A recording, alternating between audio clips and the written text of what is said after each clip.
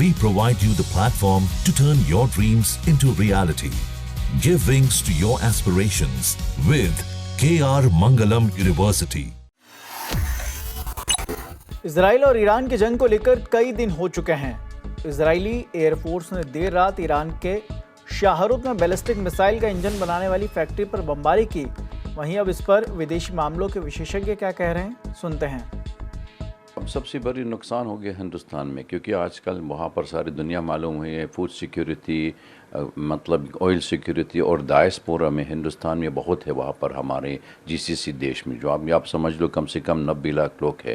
اور ابھی اتنا سخت ہو گیا انڈیا کے لیے، جو انڈین والی کا جو سٹیزن میں ایران اور اسرائیل میں آتے، یہ تو 1 لاکھ سے کم ہے.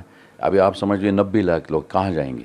اس لیے اگر یہ یدھ میں بڑھ جاتے، جنگ ہو رہا ہے، زیادہ ہوتا ہے، تو بہت خطرناک ہے. تو انڈیا کے لیے سب سے بات بھی کہ پردھان منتری خود بتایا تھا، جب تک یوکرین رشیا یدھ ہو رہا ہے، وہ کہہ رہے آج زمانہ ہے، یدھ کے لیے زمانہ نہیں ہے، ایرا ڈفرینٹ ایرا. تو اس لیے وہ تو شانتی مانگ رہے، ڈائلاگ مانگ رہے ہیں، دونوں طرف بات چیت کر جاتے تو ہو جائے گی. مطلب اگر یہ پولیٹیکل ڈائلاگ ہونا چاہیے، اور کسی علاوہ کچھ نہیں ہو سکتا. یدھ میں کبھی آپ حل کا مسئلہ نہیں ہو سکتا کسی دنیا میں. History teach is also like this. لیکن انڈیا میں وہ خود بتا رہے، ان کی انڈیا فرسٹ مطلب number 1 stakeholder in the region.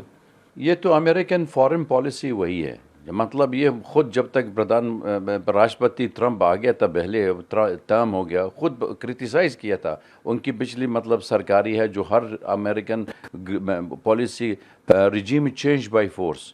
یہ جیسے انہوں نے افغانستان بھی کیا تھا، عراق بھی کیا تھا، لیبیا بھی کیا، سیریا بھی کرا دیا تھا. ساری دنیا معلوم ہو گیا امریکن فارن پالیسی. اس کے علاوہ یہ صرف وہ رجیم توڑنے کے لیے، جب تک ان کے رجیم میں دوست نہیں ہے.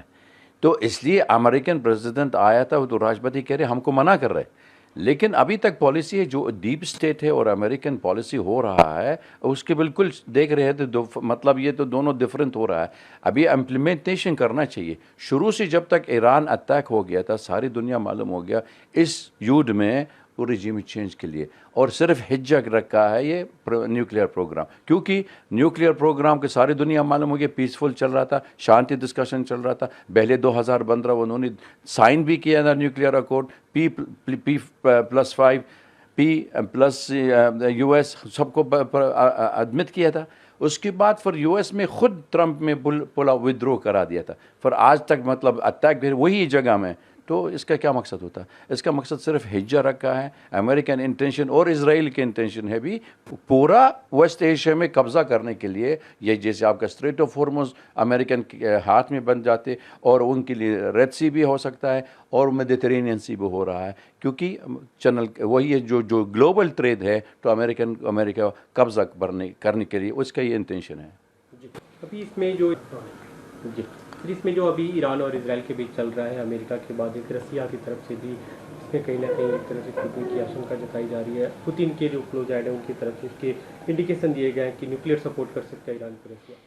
دیکھ تو شروع سے جب تک ان کی وہ نیوکلیئر ڈیل بات چیت چل رہا تھا، 2013 میں تو امریکن میں اوباما کے ساتھ میں، اور وہاں پر P5+1 جو جرمنی بھی جوائن بھی کیا تھا، اس کے ساتھ ہی میں نیوکلیئر ڈیل کر چکا، اکارڈ 2015 سائن کیا. اس کی کا کیا مطلب ہوتا ہے؟ رشیا میں روسی خود گارنٹی دے دیا ایران کے لیے. آج تک جب تک امریکن اٹیک کیا تھا نیوکلیئر سائٹ، ادھر اسرائیل بھی کر رہا ہے، تو اس کا مقصد یہ ہے نیوکلیئر ڈیٹرنس دینا چاہیے. تو ایران کا ضرورت تو نہیں نیوکلیئر بم چاہیے. تو ان کا پیسفل پروگرام چل رہا تھا، انرچ یورینیم جو روسیا کے پاس ہے.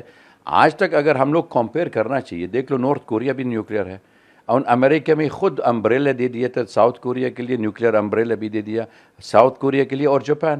تو اگر یہ ہو سکتا ہے سلیوشن ہو رہا ہے، حل کا مسئلہ تو ختم ہو جائے گی. اور دوسری حل کرنا چاہیے ہر دنیا میں، فری مڈل ایسٹ اور ویسٹ ایشیا فرام نیوکلیئر.